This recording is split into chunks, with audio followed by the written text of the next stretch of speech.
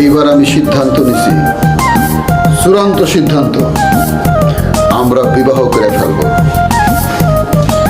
একই পরিবারের 3 কন্যারে আমরা 3 জন বিবাহ করব। এইটা কি বললা ভাইজান? তোমার মাথায় কি খবর? আমরা 2 জন না হয় খালাতো ভাই, সে তোমাদের ভাগিনা। এই এত আগে কি বুঝোস কে? আমি কি কইছি আমরা এক বাপের 3 কন্যারে বিবাহ করব?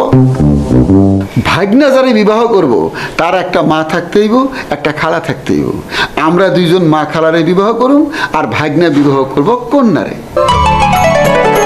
তাহলে কন্যার বাবার কি হবে? আরে বেটা, ভাগ্নের জন্য এমন কন্যা খুঁজে বের করতে হইব যে কন্যার বাপে ইন্তেকাল করছে। তাইলে কিন্তু আমি কন্যার খালারে বিবাহ করব, কারণ বিবাহিতা পাত্রী আমার অপছন্দ। আচ্ছা ঠিক আছে, তবে কন্যার খালারে দিয়ে বিবাহ দিব। এই সালাম করস কে? মামা, তুমি আমার শাশুড়ি বিয়ে করবে না?